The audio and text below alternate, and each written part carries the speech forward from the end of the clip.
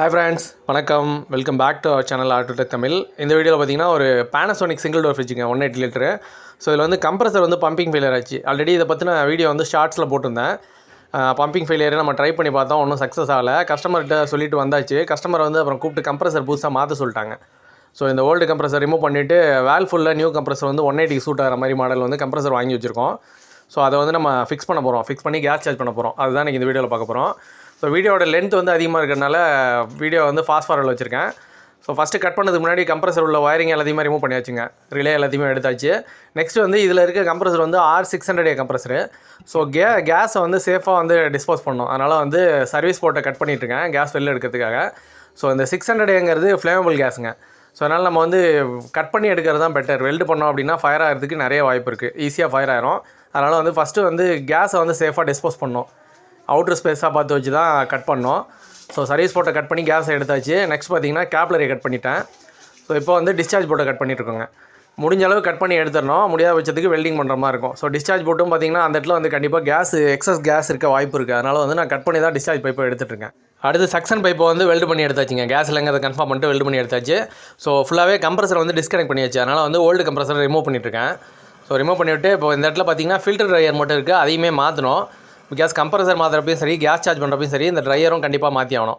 இப்போ நம்ம வாங்கியிருக்க பை பண்ணியிருக்க புது கம்ப்ரஸருங்க. இது வந்து வேல்ஃபுல்லு 1.8 கம்ப்ரஸரு. இது வந்து 180 லிட்டருக்கு யூஸ் பண்ணுறது. 1/8 HP இது கெப்பாசிட்டி. மாடல் நம்பர் எல்லாமே டிக் பண்ணியிருக்காங்க. ஸோ இந்த கம்ப்ரஸர் வந்து அதில் சீட் பண்ணி ப்ராசஸ் எல்லாத்தையும் பண்ண போகிறோம். இப்போ கம்ப்ரஸர் பாக்ஸை அன்பாக்ஸ் பண்ணிகிட்ருக்கோம். உள்ளே என்னென்ன கிட்டு கொடுத்துருக்காங்கிறதையும் பார்க்கலாம். பொதுவாகவே கம்ப்ரஸர் பை பண்ணுறப்போ உள்ளே பார்த்தீங்கன்னா ரிலே எல்லாமே கொடுத்துருப்பாங்க.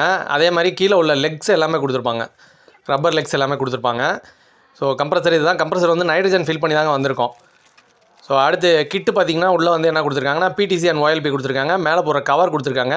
4 லெக்கு கம்ப்ரஸருக்குள்ளே ரப்பர் கீழே பாட்டம் லெக்கு கொடுத்துருக்காங்க. நெக்ஸ்ட் பார்த்திங்கன்னா கம்ப்ரஸர் வந்து வெல்டிங் பண்ணுறதுக்கு ரெடி பண்ணிட்டுருக்கோம். ஸோ அதனால் டம்மி ரப்பர்லாம் கழட்டிட்டுருக்கோம். ஸோ உள்ளே வந்து ஆல்ரெடி நைட்ரஜன் ஃபில் பண்ணிக்கிறதுனால அந்த ஏர் வந்து வெளில வருது, எஜெக்ட் ஆகுது. ஸோ இப்போ நம்ம கழட்டது வந்து சக்ஷன் லைனு. ஃபஸ்ட்டு கழட்டது டிஸ்சார்ஜிங்க. இது சர்வீஸ் போட்டு. ஸோ டோட்டலாக 3 கழட்டியாச்சு. அடுத்து பார்த்திங்கன்னா இதில் வந்து பின் வால் செட் பண்ண போகிறோம். ஸோ பின்வால் வந்து கரெக்டாக சூட் ஆகிற மாதிரி குவார்ட்டர் பைப்பு தான். அதில் வந்து கரெக்டாக செட் ஆகுது. அதனால் கட் பண்ணிட்டு இப்போ வந்து வெல்டிங்கை ஸ்டார்ட் பண்ணியாச்சு. இப்போ இது வந்து காப்பருங்க. காப்பர் வந்து ஒன்லி வெல்டிங் ராடு மட்டும் யூஸ் பண்ணால் போதும். ஃப்ளக்ஸ் பவுடர் தேவையில்லை. பட் காப்பர் டு ஸ்டீல் வந்து யூஸ் பண்ணுறப்போ ஃப்ளக்ஸ் பவுடர் யூஸ் பண்ணுற மாதிரி இருக்கும். ஸோ இப்போ வந்து NRV, இது வந்து NRV ஆர் பின் வால்வுன்னு சொல்லுவாங்க, நான் ரிட்டன் வால்வு. இதை வந்து சர்வீஸ் போர்ட்டில் வந்து ஃபிக்ஸ் பண்ணுறோம். வெல்டிங் ஒர்க் முடிஞ்சு நெக்ஸ்ட் வந்து கம்ப்ரஸர் அந்த இடத்துல சீட் பண்ண போகிறோங்க. ஸோ சேம் அதே மாதிரியே வந்து லெக்கு கரெக்டாக மேட்ச் ஆகுது. நம்ம அதே இடத்துல ஃபிக்ஸ் பண்ணிட்டு அடுத்து வந்து மற்ற பைப்பு கட் பண்ண பைப்லாம் வந்து ரீவெல்ட் பண்ண போகிறோம். கம்ப்ரஸர் சைஸ் சேம் சைஸாக இருக்கும். கரெக்டாக சீட் ஆகிடுச்சிங்க. நெக்ஸ்ட் பார்த்திங்கன்னா இது டிஸ்சார்ஜ் லைனு. நம்ம வெல்டிங்கை ஸ்டார்ட் பண்ணுறதுக்கு முன்னாடி பார்த்திங்கன்னா ஃபுல்லாக MD ஷீட்டை போட்டு க்ளீன் பண்ணியிருக்கோங்க. கம்ப்ரஸரில் உள்ள பைப்பு அண்ட் இது வந்து ஸ்டீல் பைப்பு, கண்டென்சர் பைப்பு. இந்த ஃப்ரிட்ஜை பொறுத்தளவு பார்த்திங்கன்னா கன்சீல்டு கண்டென்சரு. பழசு இருந்த மாடல் பார்த்திங்கன்னா கம்ப்ரஸர் வந்து 600A கம்ப்ரஸரு. இப்போ நம்ம ஃபிக்ஸ் பண்ண போகிறது பார்த்திங்கன்னா R134A கம்ப்ரஸரு. ஸோ இது மாதிரி ஃபிக்ஸ் பண்ணுறதுனால ஏதாவது பிரச்சனை வருமானா எனக்கு தெரிஞ்சு எந்த பிரச்சனையும் இல்லைங்க. ஆல்ரெடி இதே மாதிரி பண்ணியிருக்கேன். பட் முடிஞ்ச அளவுக்கு 600A கம்ப்ரஸர் இருந்ததுன்னா அதுவே சூட் ஆகிற மாதிரி அதே மாதிரி கம்ப்ரஸர் ஃபிக்ஸ் பண்ணுறது தான் நல்லது. ஸோ இது வந்து இப்போ நம்ம ஸ்டீல் பைப்பு, அதனால் வந்து ஃப்ளக்ஸ் பவுடர் வச்சு வெல்டிங் பண்ணியிருக்கோம். நெக்ஸ்ட் பார்த்திங்கன்னா இது வந்து சக்ஷன் லைனுங்க. ஸோ சக்ஷன் லைன் வந்து காப்பர் பண்ண போகிறோம். அதனால் வந்து ஃப்ளக்ஸ் தேவையில்லை. அதனால் டேரெக்டாக வந்து வெல்டிங் ராடை வச்சு இம்போர்ட்டட் ராடு இதை வச்சு வெல்டிங் பண்ணிகிட்ருக்கோம்.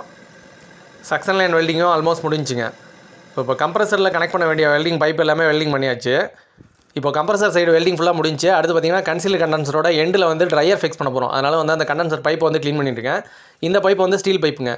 ஸோ இதுலேருந்து நம்ம ட்ரையர் மாட்டுற இந்த ட்ரையர் வந்து சிங்கிள் வே ட்ரையரு. இது வந்து காப்பருங்க. காப்பர் டு ஸ்டீல் வந்து வெல்டிங் பண்ணுறப்ப வெல்டிங் ராடோட ஃப்ளக்ஸ் சேர்த்து மிக்ஸ் பண்ணால் தான் வந்து கரெக்டாக ப்ராப்பராக வெல்டிங் ஆகும். இது போல் ஸ்டீல் டு காப்பர் வெல்டு பண்ணுறப்ப தான் பார்த்து ப்ராப்பராக பண்ணுங்கள். எனக்கு பிகினிங் ஸ்டேஜில் பார்த்திங்கன்னா இதில் தான் கம்ப்ளைண்ட் வரும். ஸோ வெல்டிங் வந்து கரெக்டாக பண்ணிடுவேன். பட் 6 மாதம் கழிச்சு கேஸ் லீக் ஆகிருக்கும். ஸோ அந்த மாதிரி கம்ப்ளைண்ட் நிறைய ஃபேஸ் பண்ணியிருக்கேன். அதனால் இந்த இடம் பண்ணுறப்போ ப்ராப்பராக பண்ணோம். இதுவும் சரி, கம்ப்ரஸரில் வந்து கண்டென்சர் காயில் வெல்டு பண்ணுற இடமும் சரி கரெக்டாக பண்ணோம். அடுத்து பார்த்திங்கன்னா கேப்லரிங்க. ஃபில்டர் ட்ரையரோட எண்டில் வந்து கேப்லரியை வந்து வெல்டிங் பண்ணுறோம். ஸோ இது வந்து காப்பர் டு காப்பர் நார்மலாக வெல்டிங் ராடை வச்சு பண்ணால் போதும். ஸோ இதில் பார்த்திங்கன்னா சிம்பிளாக வெல்டிங் முடிஞ்சு. இப்போ பார்த்திங்கன்னா இந்த ஃப்ரிட்ஜில் வெல்டிங் பண்ண வேண்டிய வேலை எல்லாமே முடிஞ்சிச்சுங்க. எல்லா பைப்பையும் ஃபிக்ஸ் பண்ணியாச்சு. இது வந்து டிஸ்சார்ஜ் லைனு, இது வந்து சக்ஷன் லைனு. ஸோ வெல்டிங் ப்ராப்பராக பண்ணியாச்சு. நெக்ஸ்ட் பார்த்திங்கன்னா கண்டென்சரோட எண்டில் வந்து ஃபில்டர் ட்ரையர் வந்து வெல்டிங் பண்ணியாச்சு. அண்ட் அதோட எண்டில் வந்து கேப்லரியை வச்சு ஃபிக்ஸ் பண்ணியாச்சுங்க. ஸோ பக்காவாக வெல்டிங் ஒர்க்கு முடிஞ்சு. நெக்ஸ்ட்டு வந்து பின் வால்வை கனெக்ட் பண்ணியிருக்கோம். ஸோ இந்த பின் வால்வு வந்து வெல்டிங் பண்ணுறப்பே உள்ளே இருக்க பின்னை வந்து ரிமூவ் பண்ணி வச்சுருங்க. அதில் வந்து ரப்பர் ஓரிங் வரும். மறக்காமல் அதை ரிமூவ் பண்ணிட்டு தான் வெல்டிங்கை ஸ்டார்ட் பண்ணோம். பிகாஸ் அதில் ரப்பர் ஓரிங் இருக்கிறது வந்து ஹீட் ஆகிறப்ப மெல்ட் ஆயிரும், பின் வால் ஒர்க் ஆகாமல் போயிடும். ஸோ வெல்டிங் பண்ணுறதுக்கு முன்னாடியே உள்ளே இருக்க பின்னை வந்து ரிமூவ் பண்ணிடணும். இப்போ வந்து வெல்டிங் ப்ராசஸ் ஃபுல்லாகவே முடிஞ்சதுனால திரும்ப வந்து அகைன் பின்னை வந்து அதில் ஃபிக்ஸ் பண்ணிட்டுருக்கோம். அடுத்து வந்து வேக்யூம் ப்ராசஸ் ஸ்டார்ட் பண்ண போகிறோங்க. பின்வாலை கனெக்ட் பண்ணிட்டு திரும்ப வந்து கேஜ் எல்லாம் கனெக்ட் பண்ணியிருக்கேன். இப்போ வேக்யூம் பம்ப் வச்சு டீப் வேக்யூம் போட போகிறோம். வேக்யூம் எதுக்காக போகிறோம்னா உள்ளே இருக்க ஏர் அன்வான்ட் மாய்ச்சர் எல்லாத்தையுமே ரிமூவ் பண்ணி எடுக்கணும். எடுத்துகிட்டு ஒன்லி கேஸ் ரெஃப்ரிஜரண்ட் மட்டும்தான் சார்ஜ் பண்ணணும். அதுக்காக தான் வேக்யூம் பண்ணுறோம். பியூரிட்டியான கேஸ் மட்டும்தான் உள்ள சிஸ்டம்குள்ளே இருக்கணும். அப்போ தான் நமக்கு தேவையான கூலிங் வந்து பண்ண முடியும். ஸோ இப்போ வந்து வேக்யூம் ப்ராசஸ் ஸ்டார்ட் பண்ணியாச்சு. வேக்யூம் பம்ப் ஓட விட்டாச்சு. வால்வு இப்போ தான் ஓப்பன் பண்ணியிருக்கேங்க.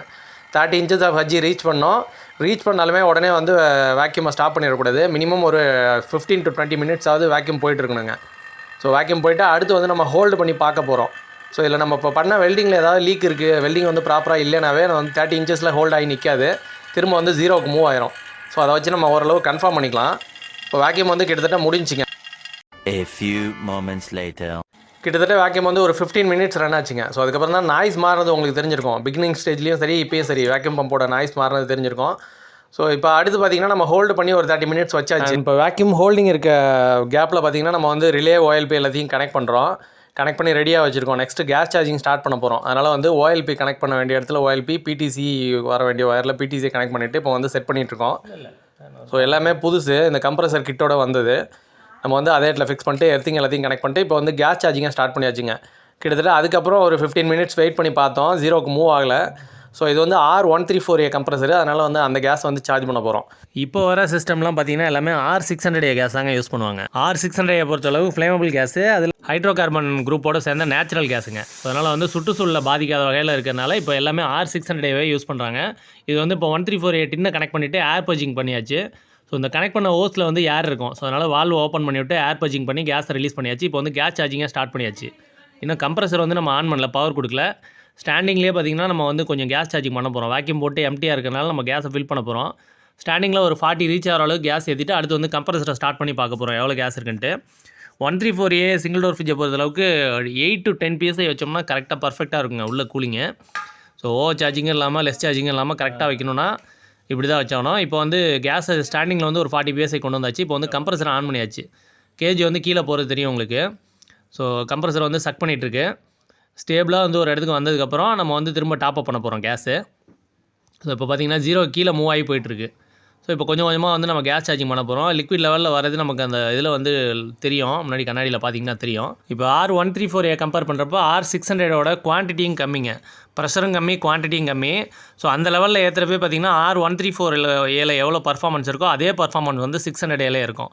அதே மாதிரி பார்த்திங்கன்னா அந்த global warming potential and ozone depletion ratio ரெண்டுமே பார்த்திங்கன்னா 134A கம்பேர் பண்ணுறப்ப 600 வந்து ரொம்ப லெஸ்ஸுங்க, 0 கிட்டத்தட்ட வருது. அதனால் வந்து சுற்றுச்சூழலை பாதிக்காத வகையில் இந்த கேஸ் இருக்கிறனால இதை இப்போ வந்து எல்லாருமே ப்ரிஃபர் பண்ணுறாங்க. புது மாடல் எல்லாத்துக்குமே இந்த கேஸ் தான் வருது. பட் இப்போ நம்ம இந்த சிஸ்டமில் பண்ணிட்டு இருக்கிறது அப்படியே உள்ட்டாங்க. 600A கம்ப்ரஸராக இருந்தது, நமக்கு ஸ்டாக் வந்து 134A தான் கிடைச்சிது. அதனால் வந்து 134A சார்ஜ் பண்ணிட்டுருக்கோம்.